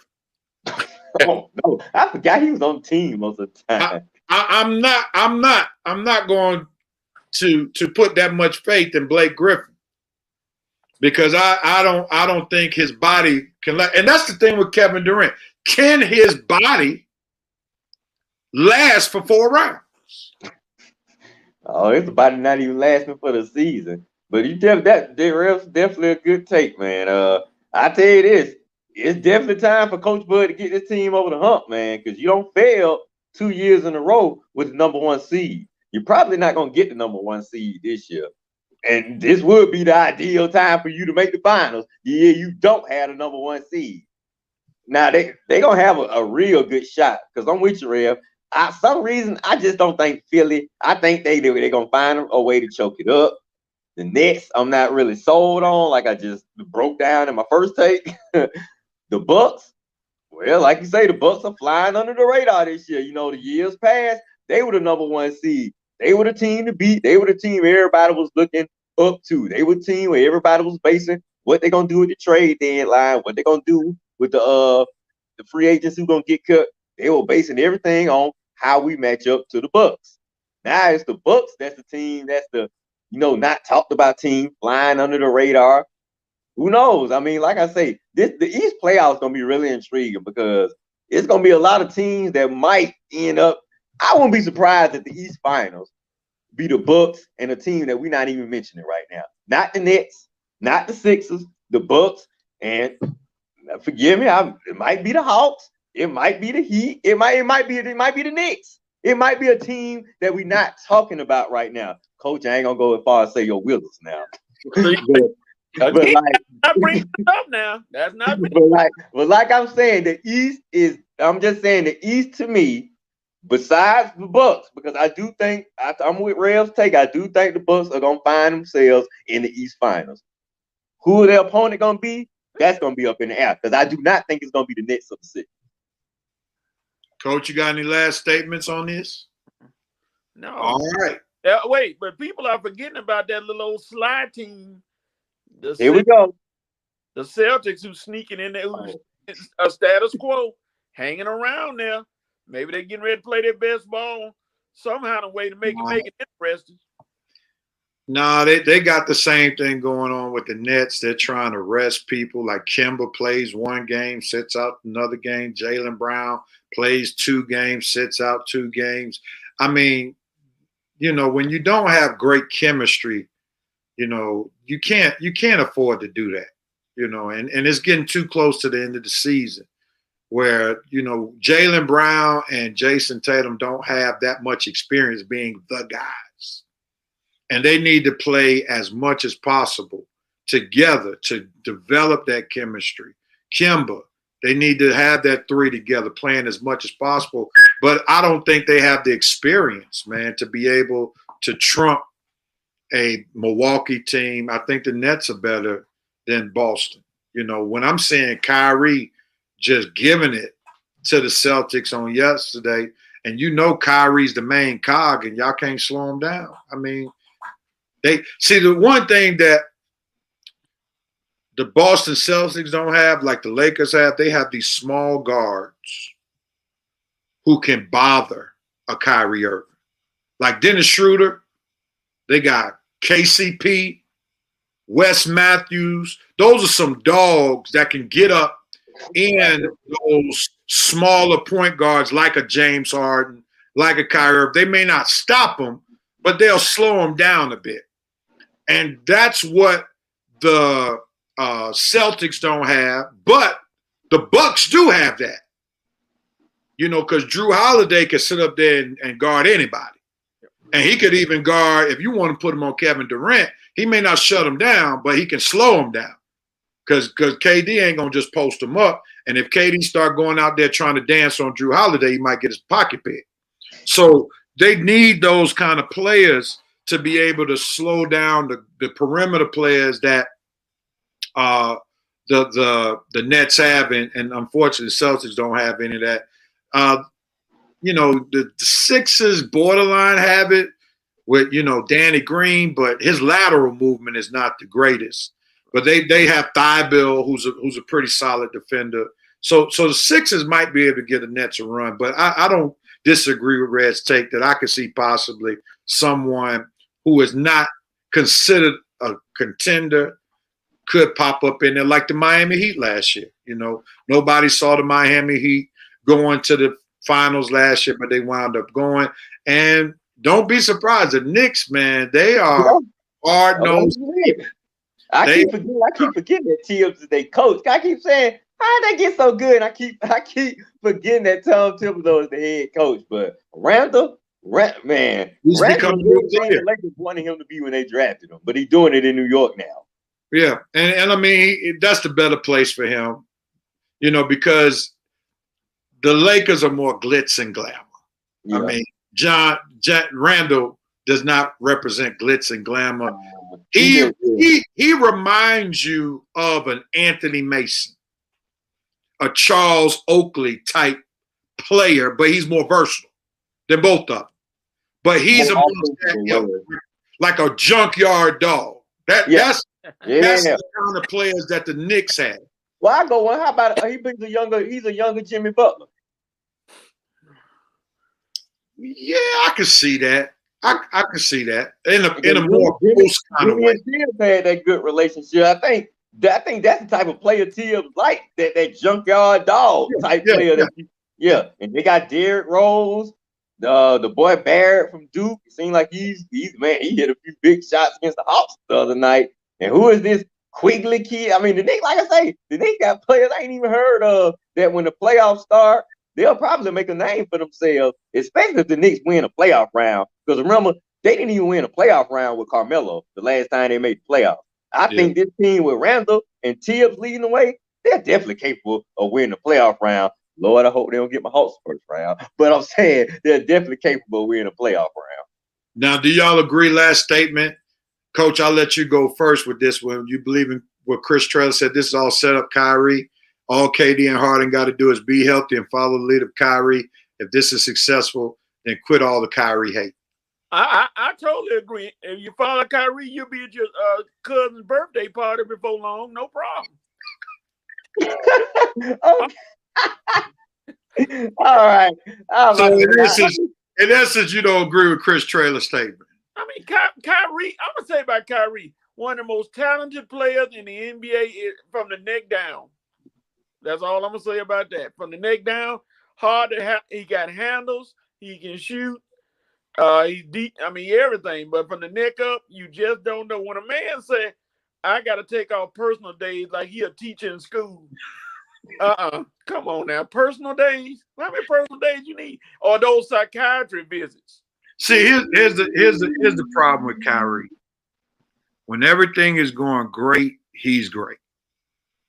As soon as he hits some level of adversity, it's all of a sudden it just all comes apart. Like, if the truth be told, Dennis Schroeder got in his head. And Dennis Schroeder was basically like, dude, you can't guard me. Yeah. And Kyrie, all of a sudden, do you all think that was the first time Kyrie on a basketball court was called the N word? No. Did you think somewhere on somebody's court he called somebody the N word? Yeah. So if the N word is what causes you to get kicked out of an important game, something is terribly wrong. But the reality was Dennis Schroeder was in his head. Yeah. Dennis Schroeder was giving the Nets the business. Dennis Schroeder was right there with all the dance moves that Kyrie was giving him. And it's frustrating when you give your best shot and the guy's still in your face. And this supposed to be the guys that don't lead the Nets. So, man, please. How many guys in the East they can actually shoot? Trae Young could get in Kyrie's head. If you let Dennis Schroeder get in your head, shoot, what could Trae Young do? What could any of the point guard? What could Drew Holiday do? What could who's the point guard? What could Shake Milton do? I'm just saying, if you that mentally weak to let Dennis Schroeder get you out your game like that, dude, Kyrie ain't leading his team nowhere, man. Nowhere. So like Coach said, to a little kid's summer birthday party, or he gonna lead his team, get in the back seat with Thelma and Louise, you're gonna lead them right off the Grand Canyon, because that's where you're going. Down, down, down. All right. Like your camera. All right. All right, gentlemen. Let's move on real quickly. We're gonna get Red to start on this one. With the injuries to your Lakers, are the Lakers going to repeat? And if so, how? Woo.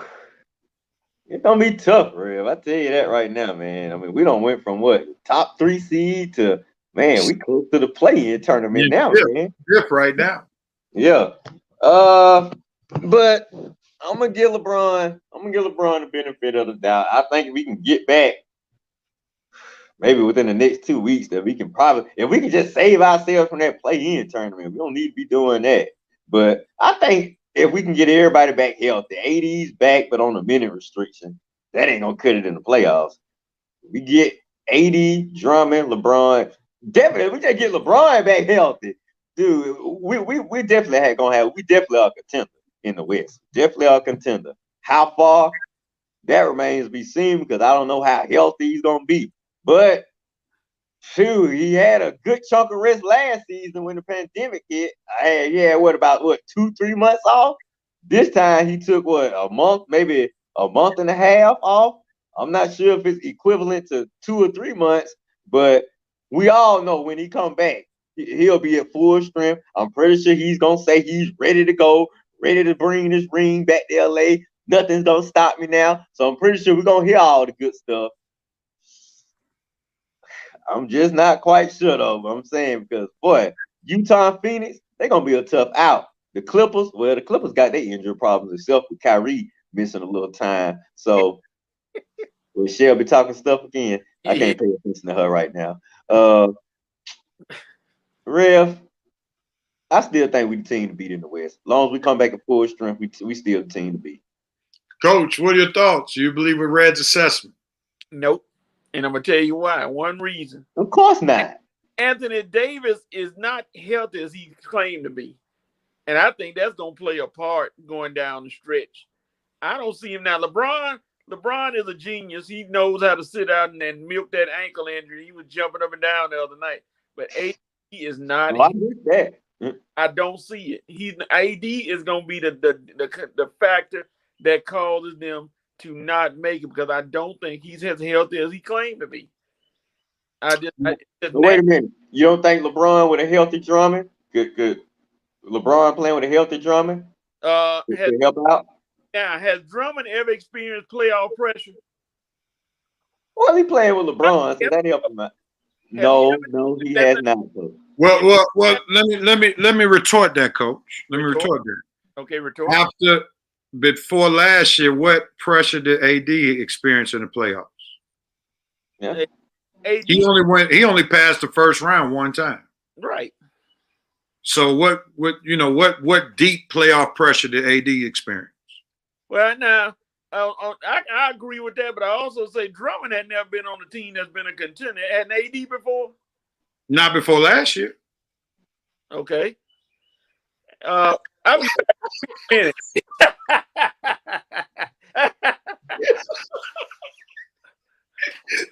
So that discussion. Now, if you want to say, well, AD's a much better player than Drummond, I didn't know I was going to debate Coach off the screen. But if you want to use the argument, AD is a much better player, versatile player than Drummond, of course, you can use that argument. But if you're going to go the experience route, AD did not have that much playoff experience before last year. He didn't do much. And the thing is, we got to realize when you have a player like LeBron on the team, it makes the playoff experience a bit easier. Like, do we think we would have ever seen AD accomplish as much as he accomplished without LeBron? No. So the playoffs become easier when you have a player like LeBron who basically takes on the majority of the load. So that was my point. I think Drummond's game, I think because we've yet to see Drummond play with LeBron yet. Right. I think his game will improve with LeBron leading the way, setting him up for those easy dunks and layups. I think you're not saying it's gonna lead us always to the championship, but hey, it's definitely capable of taking us far. But we still the team to beat as long as we healthy. Even if we got Drummond and LeBron gelling, if AD is at least 85 to 90%, that's good enough. Let me just say this real quickly. It's a difference between Coach Andre Drummond being the lead guy versus being the third guy. Okay. There's a huge so therefore, Drummond is not asked to do as much as he would have done had they made the playoffs when he played for Detroit. Oh yeah. And then you got a lot more wing players and role players that are a lot better with the Lakers. Now, let me just say why I think the Lakers are in prime position to potentially repeat if LeBron comes back being at least 85, 90%. I actually think the Lakers are doing some standings watching. And I think LeBron coming back is based upon where they are in the standings. Right now, I don't know what coach is doing while I'm talking, but nevertheless, I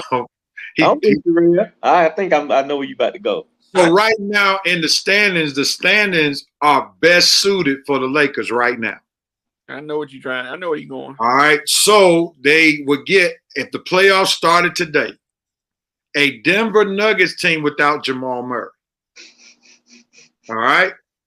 A Denver Nuggets team without Jamal Murray. They win that round. They get the Utah Jazz. Who would you rather play? A starless Utah Jazz team or the Clippers or the Phoenix Suns? You go with Utah. Yeah. Because when you start going with the playoffs are star driven. The stars get the calls. Mm-hmm.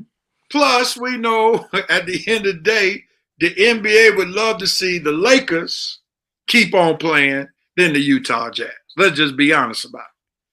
So that's the best second round matchup out of all the teams that are available that the Lakers can have. So then you get either the Clippers or the Phoenix Suns in the championship game. And that would have given them enough time to gel, get back in shape, so forth and so on. So the way this thing is lining up, the Lakers are in prime position to get back at least to the Western Conference Finals because of the standings. And I think they are looking at it. If the Lakers get within one game of the playing game, don't be surprised if LeBron gets back on that court sooner than later. Of course. They're not gonna fall real. They are not gonna. Matter of fact, if they stay right where they are, they can stay right where they are without him coming back. He's good. Because you're right. I think LeBron is the main one watching the standings too. And he's contributing the daily reports to the team, the daily reports to the coaching staff. Because I'm with you. They team watching right now. They know at full strength, like Dennis Schroeder said, at full strength, I bet money on us. I bet money on them too. So really, you're right. It's about where do they want to play? What matchups do they want to play? Because they know they're gonna make the playoffs. And now with the luxury of being top to where they haven't fallen so far, LeBron can pretty much decide the best time frame for him to come back. So yeah, you're right. I think LeBron is using the standings to decide when he's gonna come back. Because honestly, I think LeBron can play right now. You put money on the Lakers. Let's put Longhorn on it. Uh-oh. Whoa, okay, wait a minute now. Let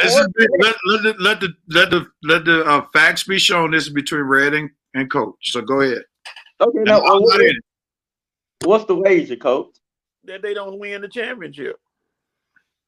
You don't want parties? You don't want to put your team up in this? No. How about we do a double bet that the Wizards? How about the Wizards playoff? We're gonna add that to it. It don't matter to me. All right, you propose the bet, so it's up to me to take it. We don't have to worry about the Wizards. If I want to propose one, I propose one. You say you want to bet a Longhorn dinner if the Lakers make. Now, Rev, you involved because I'm pretty sure you're gonna come. I'll go with y'all. I'm just paying for my own meal.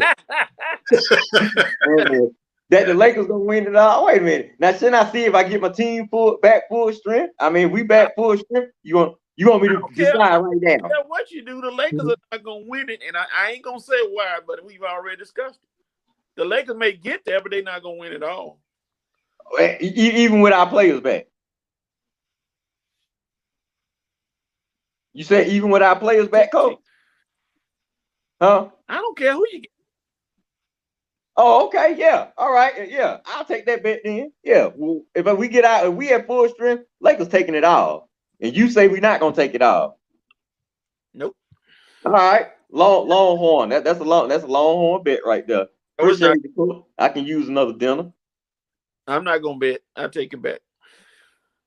How about we won't we bet that? What you reneged on, Coach? Well, see, he got too many caveats in there. He already done put a caveat in there. If they got everybody back, see if they don't have everybody back, he's not gonna do it. See, it's LeBron, just LeBron. Now, hey, ain't no pick and choose. You think I'm gonna go into the play and make a bet without my main player back? That would be crazy. Team, you have confidence that the rest of your team can still repeat. Okay, I'll take the bet. The Lakers, my team. I'll take it, Coach. We gonna repeat. The Lakers are gonna repeat. All right. Well, so now just to be clear, you can't. Can he use any injury No, issue? no excuse. No excuse. Lakers gonna repeat. All right. You heard it. I'm gonna show you, since you want to test me, I'm telling you, I'm a conviction. I'm a true fan. You gonna be So all right. All right. The I'm a biblical true fan. reference for the win. so Red got convinced. I got to try this when I preach. When you start pointing that finger, that gets people convicted because that's what Coach did. You, and then Red said, "All right, I'll take the bet." So,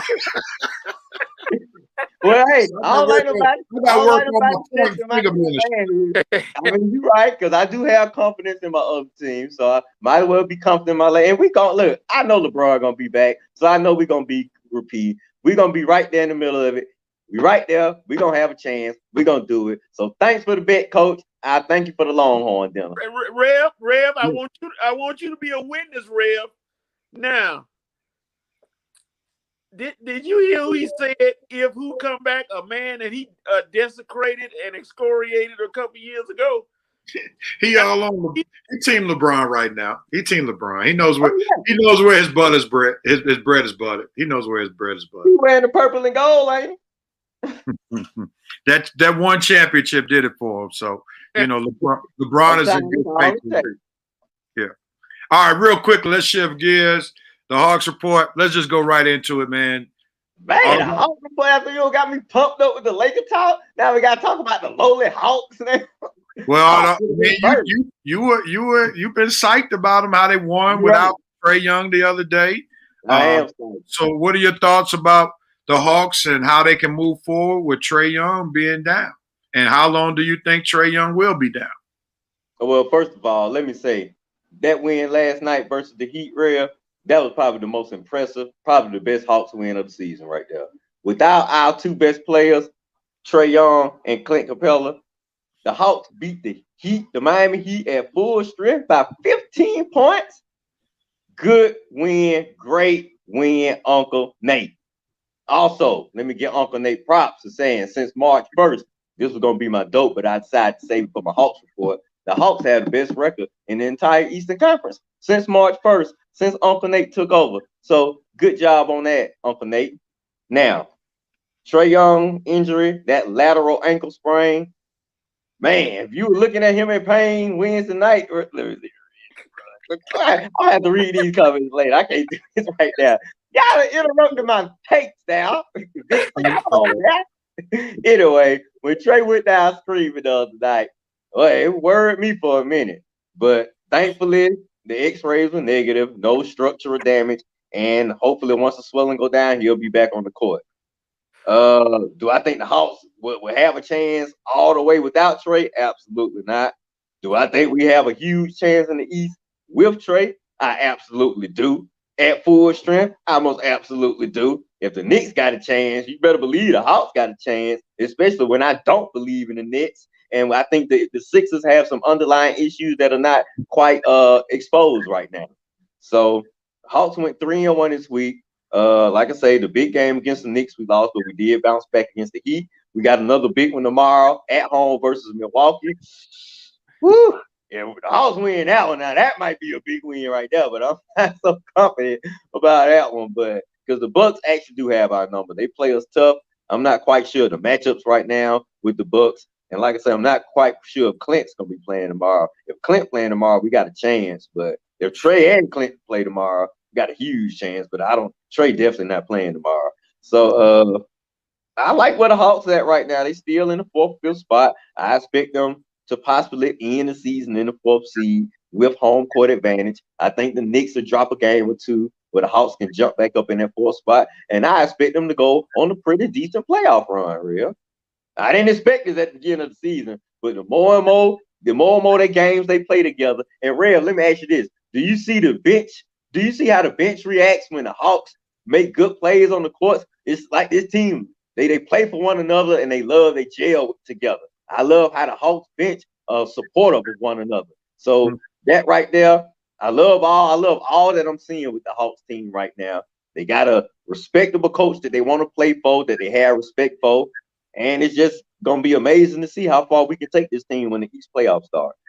I think the Braves, the Hawks made a sneaky good pick getting Lou Williams because it allowed them to get another playmaker on the team.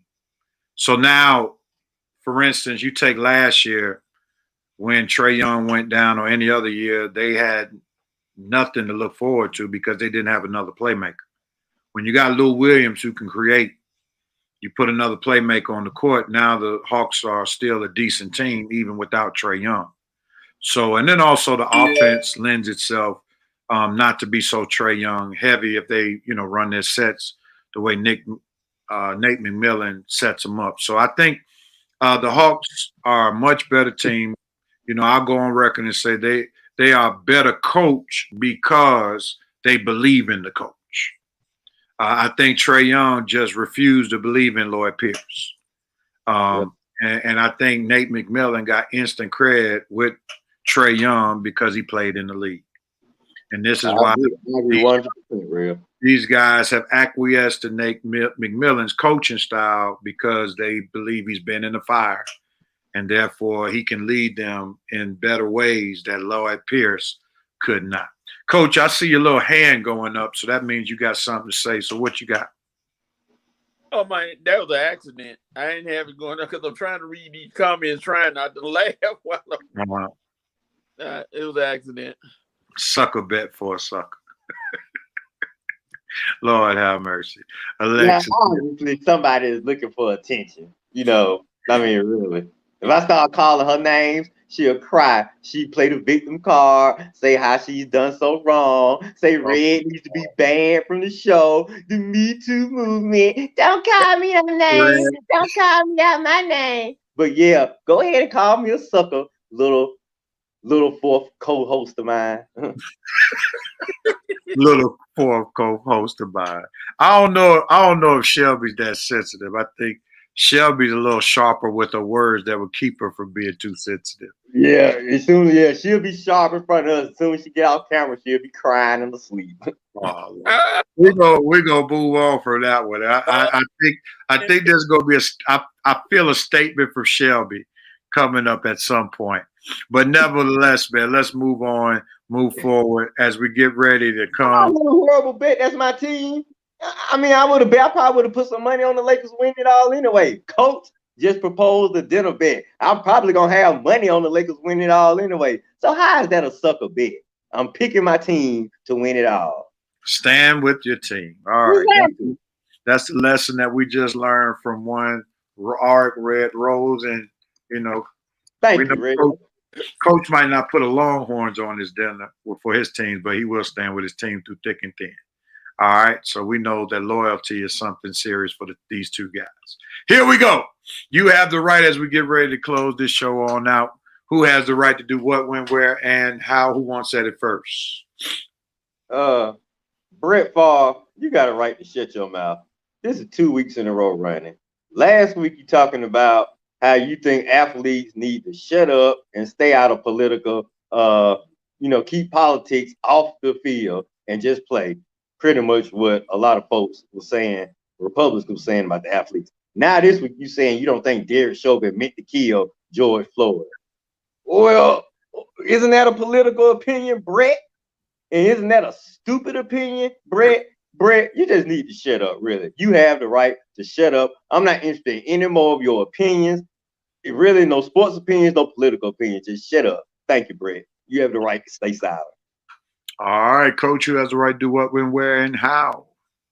Todd McShay, you have the right to stop trying to keep up with Mel Kiper Jr. when they doing picks. Todd, you know about Penei Sewell and Justin Fields, but you ain't gonna be able to mess with Mel when he go find that offensive lineman who's a stud from South Dakota Tech who gonna be in the draft. You can't go that deep like Mel. Stop trying. Just focus on what your strengths are, sir. And this is one that y'all not gonna maybe get, but Southern University. You have the right to stop being cheap and pay your head coach. Who would have ever thought Southern's head coach, The SWAC is the big boys, the big boy of all of the Black College Football Conference League. Southern's coach left Southern University to go to Norfolk State University over $30,000. Man. Southern paid him $210,000. Norfolk State paying them $240,000. Wow. Southern's program is much larger and bigger than Norfolk State. So Southern, you have the right to open up the purse for $40,000 more to hire a quality coach. And I'm hearing that they're looking at the coach from Alabama A&M. Who would ever thought Norfolk State getting a coach to leave the SWAC to come to the fallen MEAC, who just lost two of their top teams in the conference to the SWAC, being FAMU and Bethune-Cookman. I mean, come on, man. We see that checks go clear, Rev. I'm sorry, Rev, but Southern was smoky, and Norfolk State had big worm money. Big worm money. They had his money. They paid him. That's unbelievable. That's unbelievable. That was crazy. That's man. When I read that, I was like, "What in the world is going on?" Because he just beat Grambling for 3 straight years. That gives you some job security. But I mean, nevertheless, here we go, man. We're getting out of here. Let me go around before we tune out. Let's see what the Reverend Knights had to say about you have the right. They still on me, Coach. Maurice Thor said, Rev, you have the right to make it happen for us on Thursday night. I'm going to speak it to sister. Y'all pray for me. Y'all pray for me. Indeed, Miss Ellie Vaughn Williams, Brett Favre's brain has been fried with alcohol and drugs. He just needs to shut his mouth. Joe Black, you know it. Norfolk State is nowhere near a better job than Southern. No. I know it, Armani is terrible, man. Yep, they are about to hire Maynard. Yeah, from Alabama A&M. You own it, doggone it, Kelly. Yep. Yeah, that's what the bad twins usually have the most info. Uh-oh. Was that you, Red? I hope the MEAC check's clear.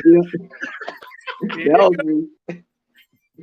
The state of Louisiana is a budget deficit. LSU is having to cut its budget. Yeah, $30,000 though still ain't a whole lot of money. But nevertheless, we understand.